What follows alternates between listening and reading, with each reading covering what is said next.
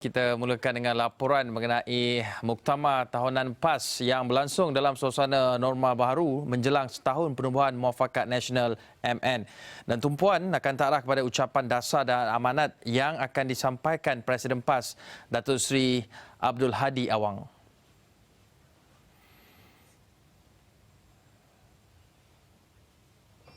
Baik, untuk mendapatkan butiran lanjut, kita bersama dengan rakan setugas Hasimi yang berada yang mengikuti Muktamar PAS. Hasimi, apa yang kita boleh jangkakan daripada ucapan dasar ataupun amanat yang akan disampaikan Presiden PAS serta reaksi daripada perwakilan yang hadir?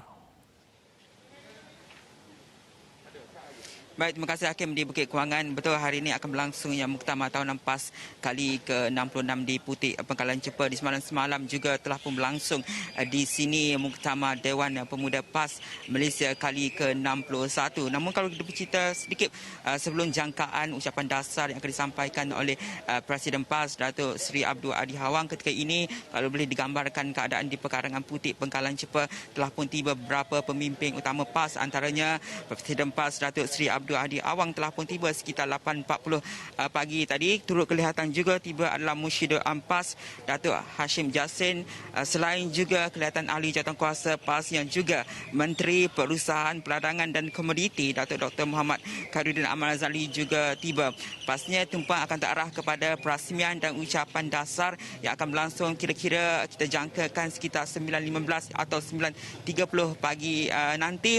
Namun seperti mana Hakim katakan, kali ini Muktamar ke-66 ini berlangsung dalam norma baharu di mana 400 perwakilan saja dibenarkan untuk hadir. Berbeza dengan muktamar-muktamar sebelum ini, kalau kita lihat ribuan kemeriahan muktamar dapat dilihat, namun kali ini berbeza sedikit, keadaannya sunyi. Tapi bagaimanapun kita pasti, walaupun dalam keadaan norma baharu, pastinya agenda utama bagaimana parti Islam ini akan mencorakkan pergerakan parti mereka pada masa akan datang akan terus dimartabatkan atau ditekankan pada muktamar kali ini. Dan kalau boleh diceritakan juga keadaan di sini dari segi SOP begitu ketat pematuhannya. Kita lihat ada juga ujian saringan suhu badan, penjarakan fizikal, kewajipan untuk memakai pelitup muka juga telah pun ditetapkan oleh pihak pengurusan untuk memastikan COVID-19 dapat dicegah. Itu dari segi SOP ataupun norma baharu yang diterapkan dalam muktamar kali ini. Namun berbalik kepada jangkaan kita, ucapan dasar dan juga amanat yang akan disampaikan oleh Presiden PAS, pastinya kita akan melihat kepada bagaimana usul-usul ataupun ucapan yang akan disentuh mengenai konsep tahun PAS dan UMNO membabitkan Muafakat Nasional, kerana kali ini ia cukup signifikan setahun menjalannya penubuhan Muafakat Nasional esok 14 September yang telah dimeteraikan pada 2019. Jadi kita pastinya juga Presiden PAS akan menyentuh mengenai tahun politik itu, bagaimana ia sedikit sebanyak memberi manfaat kepada parti Islam ini, khususnya dalam mencorakkan pergerakan parti ini dan seterusnya mengembangkan syiar Islam di negara ini. Selain juga pastinya tumpuan akan terarah juga kepada kita menjangkakan dari sudut dasar ataupun usul yang akan disentuh atau adalah berkaitan dengan keadaan politik semasa di negara, selain juga berkaitan dengan bagaimana pemuda PAS ataupun ahli PAS ini mahu merapatkan saf khususnya untuk menegakkan Islam ini bukan saja di peringkat nasional, pastinya juga di peringkat antarabangsa.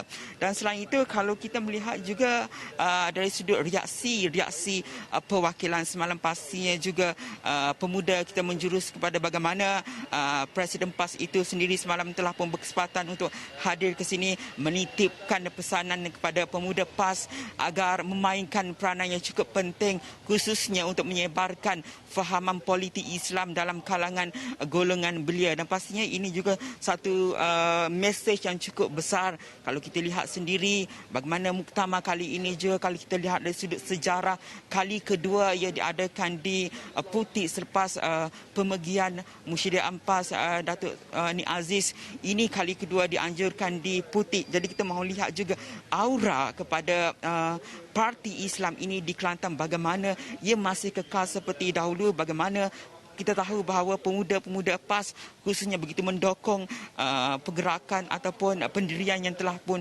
diterapkan oleh Allahyarham. Jadi bagaimana peranan-peranan pemuda PAS ini khususnya untuk menggerakkan kembali semula agenda-agenda parti seiring dengan perjuangan yang telah pun ditinggalkan oleh Allahyarham. Jadi perkara-perkara itu pastinya akan menjadi topik hangat ataupun jadi perbualan kita sepanjang berada di muktamar ini, kerana semalam juga antara yang menjadi tumpuan adalah berkaitan dengan pendirian pemuda PAS apabila menzahirkan sedikit kekecewaan apabila PAS tidak diberikan kerusi pada PRN Sabah. Namun pemuda PAS begitu akur dengan pendirian parti apabila langsung tidak menyentuh mengenai keadaan kerusi di PRN Sabah itu ketika membahaskan usul pada sesi sebelah petang. Jadi kita dapat melihat dari sudut kematangan pemuda PAS ini begitu patuh dan juga akur dengan pendirian parti. Jadi perkara-perkara itu dizahirkan dengan begitu baik oleh ahli PAS. Jadi kita menjangkakan bahawa hari ini juga amanat yang akan disampaikan oleh Presiden PAS akan diterapkan atau diambil baik oleh sepenuhnya oleh ahli-ahli PAS itu. Dan kita akan bawakan perkembangan muktamar tahunan PAS ke-66 ini terus di Astro Awani dan astroawani.com. Untuk jam ini, kembali ke rakan setugas di Bukit Kewangan. Hasimi, sebelum itu tadi Hasimi ada menyebut mengenai kematangan perwakilan dan biasanya dalam perhimpunan sesebuah parti politik, dalam hal ini Muktamar PAS, ianya merupakan platform untuk mengangkat cadangan ataupun polisi penambahbaikan di peringkat bahagian akar umbi untuk dibawa kepada wakil-wakil dalam PAS yang berada dalam kerajaan ketika ini. Apa antara perkara yang dibahaskan ataupun dibincangkan dalam usul-usul yang disebutkan semalam?